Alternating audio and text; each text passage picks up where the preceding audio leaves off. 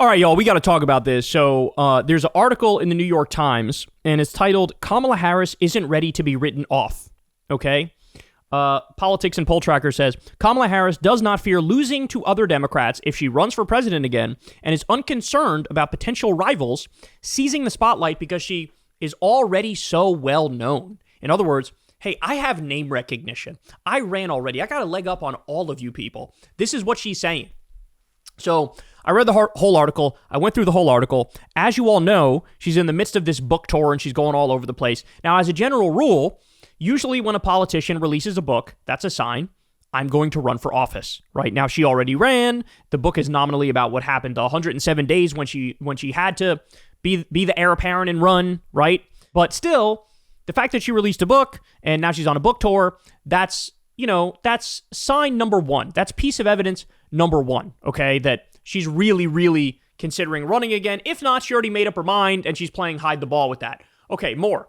So listen to this. This is from the article. Quote, her team has formed a political action committee called Fight for the People, and she has reached a deal with the Democratic National Committee to pay roughly $7 million for her email list. Two people briefed on the arrangement said.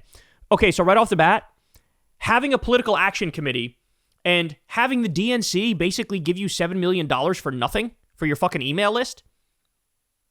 What's that about? Well, that's piece of evidence number two. And you might even be able to say 2 and 3, because those are two separate things there. $7 million from the DNC, and you have your own political action committee. Okay. A first payment has already been made. She plans to ramp up her political activity in 2026. All right, that's piece of evidence number 4.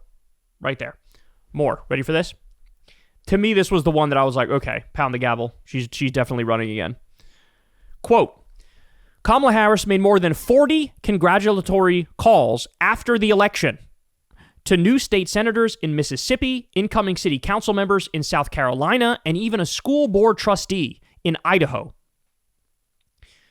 That's piece of evidence number, what are we on, 5? Also in the same article, she goes after Newsom. She calls out Newsom, goes after Newsom, talks about him slighting her when she became, the Democratic nominee, gives a little bit of the tea and the backstory. They even reach out to him for a comment in this thing. Why is she going after Newsom? Right now, according to most of the polls, he's the favorite for 2028. So she's going after him, trying to knock him down a couple pegs. Okay. Why would Kamala call 40 different people for winning elections, even going down to like local level Democrats who win elections? Look, I mean, I'm sure she's a perfectly extroverted person and she likes talking to people, et cetera, but you don't do that unless you're trying to stay in the game. You don't do that unless she's playing old school politics. Now, what's old school politics? Good old boys club.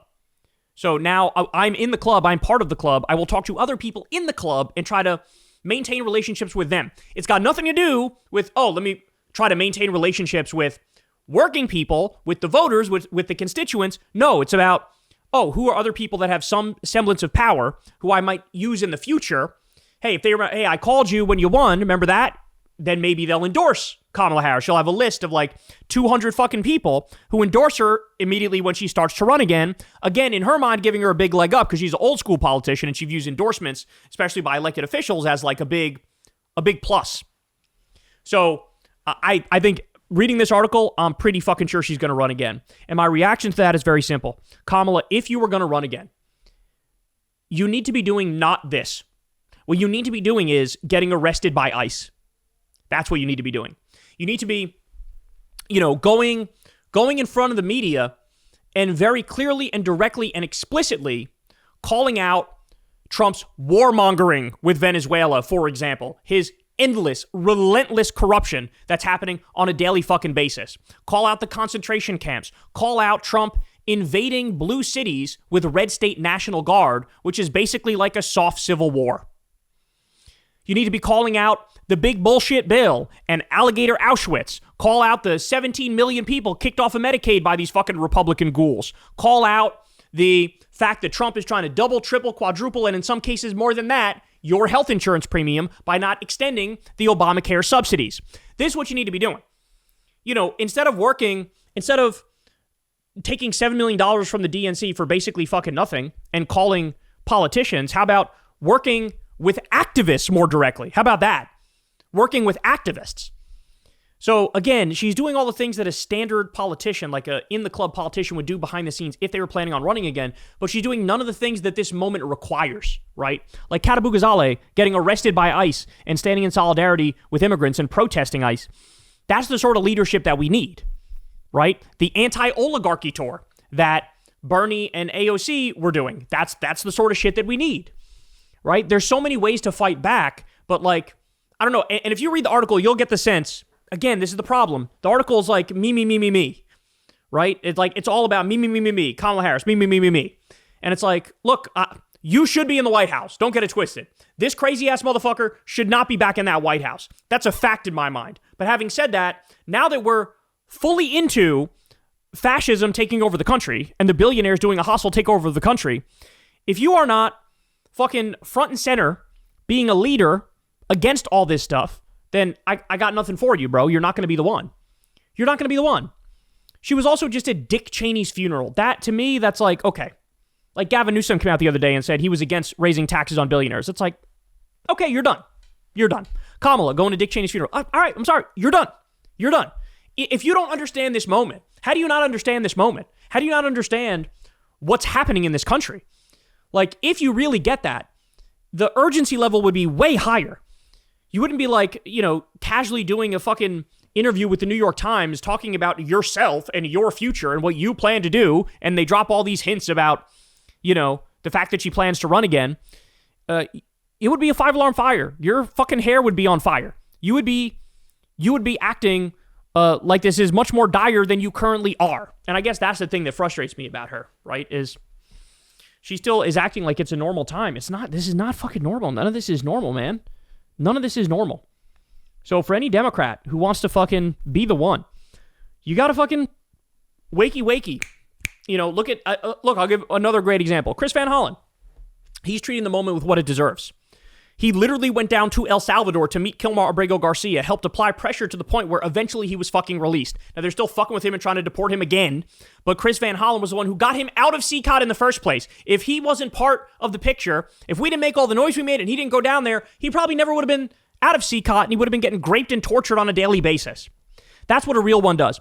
Van Hollen also got a Palestinian American released. This Palestinian American was a hostage in Israel. Van Hollen was able to get him released through diplomatic pressure that he put on Israel. That's some real shit. That's some real shit. Like, if you're not calling out Trump's fake Gaza peace deal, if you're not calling out the Venezuela warmongering, I'm not interested in you. If you're not saying the enemies are the billionaires, I'm not interested in you. So again, if you want to run, I'm telling you the fucking roadmap. And it's a lot less self-congratulatory bullshit. It's a lot less, let me take you inside my world and talk about me. It's a lot more, I'm going to meet with activists. I'm going to be on the front lines. I'm going to fucking genuinely put myself in danger, right? Like, shout out to fucking Letitia James, for example. They tried to indict her one time, failed. They just tried again, failed. And like, the reason they're coming after her so aggressively is because she actually fucking made it hurt for Trump. Like, she actually hit a nerve. She ended up winning her cases in New York, the civil cases. She ended up winning those shits, proving he did, insurance fraud and business fraud and tax fraud and all sorts of shit. He owes a shitload of money. So he's like, throw the book at her. They're gonna go after the real ones, right? And so like, you should be making yourself a target.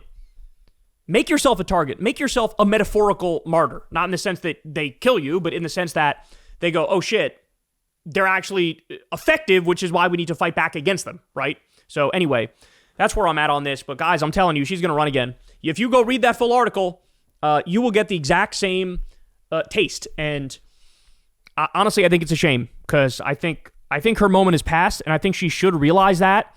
And, again, it's a warning for any Democrat who wants to run and wants to be, the standard bearer for us. We're done, bro. We're done. Like, I don't know how else to say it. We're done. We are done. You need to be against these people in every fucking way, shape, and form.